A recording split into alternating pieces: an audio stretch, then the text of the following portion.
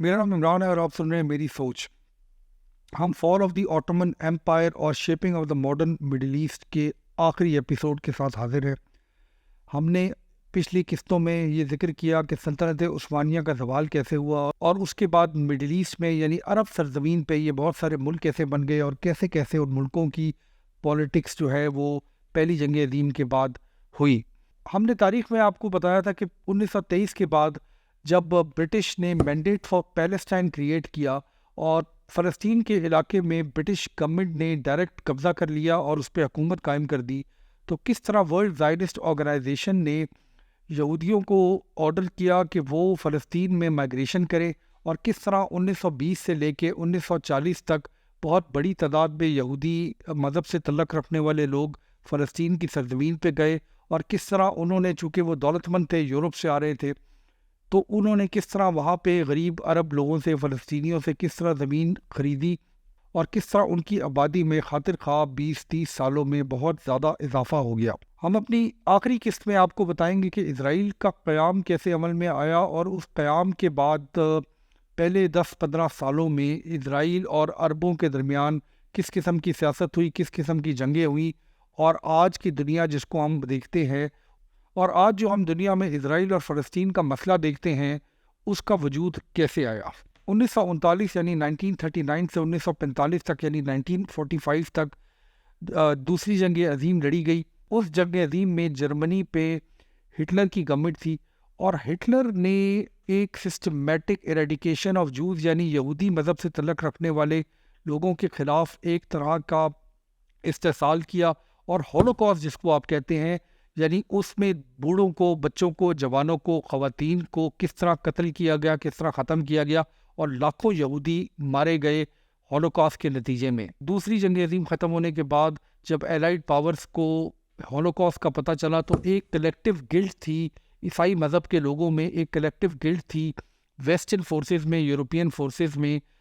Holocaust کے بارے میں، اور اس کے نتیجے میں فائنلی جو ہے وہ یورپ نے اور امریکہ نے ڈیسائیڈ کیا کہ فلسطین میں اسرائیل کا قیام ہونا چاہیے. فائنلی 29 نومبر 1947 کو یونائٹڈ نیشنز نے ایک ریزولوشن پاس کیا. وہ ریزولوشن کا نمبر تھا 181-2 یعنی 1812 ریزولوشن پاس ہوا، جس میں 55% فلسطین کی سرزمین جو ہے وہ جوئش ہوم لینڈ یعنی یہودی سرزمین کو بنانے کے لیے دے دی. اور اس وقت یہودی پاپولیشن جو ہے وہ اس علاقے میں 1/3 پاپولیشن تھی، اور ان کی اونرشپ میں تقریباً 6 سے 7% فلسطین کی زمین تھی. یعنی یہودی مذہب کے لوگ صرف 6 سے 7% زمین کے مالک تھے، مگر ان کو جو ہے وہ 55% زمین جو ہے وہ یونائٹڈ نیشنز کے ریزولوشن کے تحت دے دی گئی. فائنلی 14 مئی 1948 کو اسٹیٹ آف اسرائیل کا قیام عمل میں آ گیا.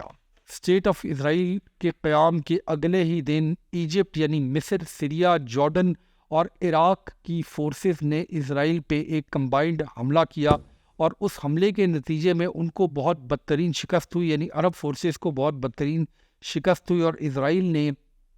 ویسٹ بینک جو جارڈن کے پاس تھا اس پہ قبضہ کر لیا، اور غزہ کا علاقہ جو اس زمانے میں ایجپٹ کے پاس تھا یعنی مصر کے پاس تھا، اس پہ بھی اسرائیل کا قبضہ ہو گیا. 11 مئی 1949 یعنی 1949 کو یونائٹڈ نیشنز نے اسرائیل کو ایکسیپٹ کر کے اس کو ایک ملک کا درجہ دے دیا. اس کے بعد یہ تناؤ عرب فورسز کے ساتھ چلتا رہا. 1967 میں ایک 6 ڈے وار ہوئی یعنی 6 دن کی جنگ ہوئی، اور اس میں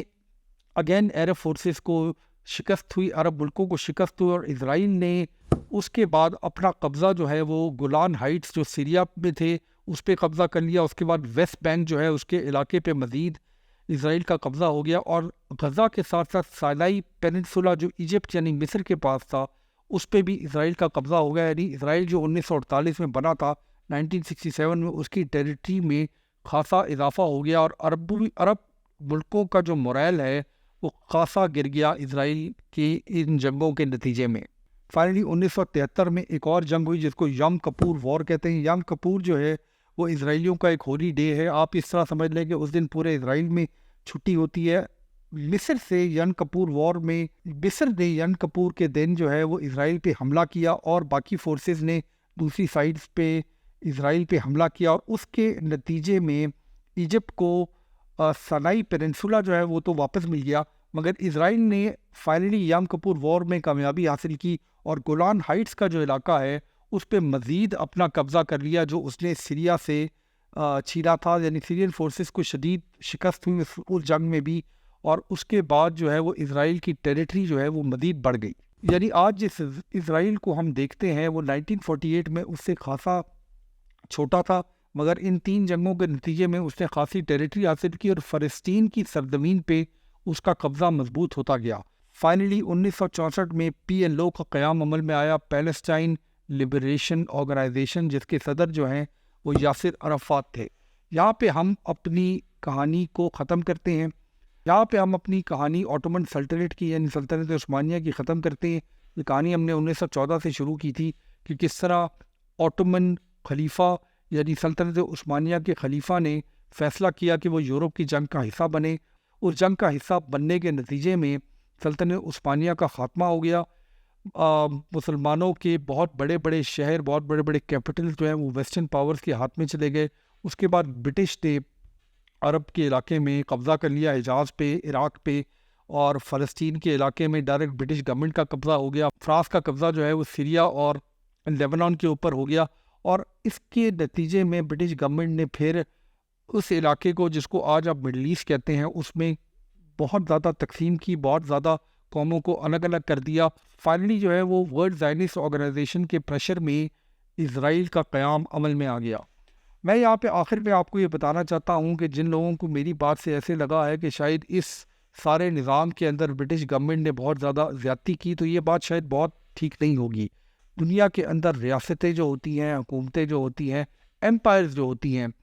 وہ اپنے مفادات کے لیے فیصلے کرتی ہیں. اگر برٹش گورنمنٹ نے یہ فیصلہ کیا کہ ہمارے فیوچر کے مفادات اس میں ہیں کہ عرب قوم کو بانٹ کے رکھیں اور عرب علاقے کے اندر اسرائیل کا قیام ہو جائے, تو یہ فیصلہ اس نے اپنے مفادات کو دیکھتے ہوئے کیا. ہمیں یہ دیکھنا پڑے گا کہ آج جو عرب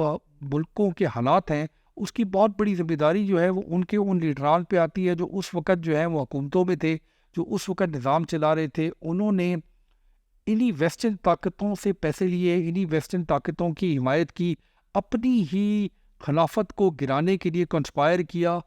برٹش گورنمنٹ سے, الائڈ فورسز سے, اور اس کے نتیجے میں صرف چھوٹی چھوٹی حکومتوں کے لیے, چھوٹی چھوٹی ریاستوں کے لیے اپنی ہی قوم کے خلاف جو ہے وہ اعلان جنگ کر دیا ان لوگوں نے. تو شاید ہسٹری کو سمجھنا اور ہسٹری کو دیکھنا جو ہے وہ ایک زاویے سے ٹھیک نہیں ہے. 2024 میں جس قسم کی جیو پولیٹیکل سچویشن ہم دنیا میں دیکھتے ہیں, یعنی امریکہ جو ہے وہ دنیا کی واحد سپر پاور ہے اور اس کی حمایت جو ہے وہ اسٹیٹ آف اسرائیل کو حاصل ہے, اور عرب دنیا آج بھی اسی طرح بٹی ہوئی ہے جس طرح وہ آج سے 50 سال 70 سال پہلے بٹی ہوئی تھی. تو آج کی دنیا کو سمجھنے کے لیے ہمیں تاریخ کو سمجھنا بہت ضروری ہے. آج بھی وہی مفادات بڑی بڑی طاقتوں کے سسٹم کو چلا رہے ہیں جو آج سے 100 سال پہلے, 150 سال پہلے, آج سے 50 سال پہلے وہ مفادات جو ہیں وہ چلا رہے تھے. پلیئر بدل گئے ہیں, لوگ بدل گئے ہیں, شاید ملک بدل گئے ہیں, ایمپائرز بدل گئی ہیں, مگر دنیا کو چلانے والی طاقتوں کے فیصلے جو ہیں وہ لوگوں کی تکلیف, لوگوں کے پریشانی, لوگوں کی سرزمین اور لوگوں کے مسائل سے قطع نظر ہو کے اپنے مفادات کے لیے وہ دنیا کے نقشے تبدیل ہو جاتے ہیں, دنیا میں قوموں کے فیوچر کو تبدیل کر دیا جاتا ہے. اور شاید یہ تب تک ہوتا رہے گا جب لوگوں کو اپنے مفادات کو وہ صحیح طرح پروٹیکٹ نہیں کریں گے. آج دنیا میں رہنے والے مسلمان اگر اپنی پستی کو دیکھتے ہیں تو اس پستی کے پیچھے ایک بہت بڑی تاریخ ہے, شاید 110 سال کی تاریخ ہے, شاید اس سے پہلے کی تاریخ ہے. یعنی ہندوستان میں بھی اسی طرح ہوا کہ برٹش راج نے اپنے مفادات کے لیے آپس میں لوگوں کو لڑایا اور اس کے نتیجے میں ہندوستان پہ قبضہ کر لیا. اسی طرح عرب دنیا میں بھی آپس میں عربوں کو اپنے ہی خلیفہ کے خلاف تیار کیا اور بغاوت کروائی ان سے, اور اس زمانے میں رہنے والے لوگوں نے چند ٹکوں کی خاطر, چند پیسوں کی خاطر, چھوٹی موٹی حکومتوں کی خاطر ویسٹرن طاقتوں کا ساتھ دیا. اور یہ لوگ بھی شاید اتنے ہی ذمہ دار ہیں آج کی دنیا کے لیے جتنے کہ ویسٹرن طاقتیں تھیں, برٹش امپائر تھی اس زمانے میں, یا شاید جو ہے وہ آج امریکی امپائر ہے. تو لوگوں کو یہ سمجھنے کی ضرورت ہے کہ تاریخ جو ہے وہ اس طرح نہیں ہے اس طرح آپ دیکھتے ہیں. آج کے حالات دنیا میں جو ہیں اس کی ذمہ داری شاید بہت سے لوگوں پہ آتی ہے. تاریخ کو سمجھنے سے شاید ہم اپنے فیوچر میں کوئی بہتری لا سکیں گے. تو ہم اپنی سیریز کو فلسطین کے لوگوں کے لیے, فلسطین کی قوم کے لیے دعا سے ختم کرتے ہیں کہ فلسطین جلد از جلد آزاد ہوگا.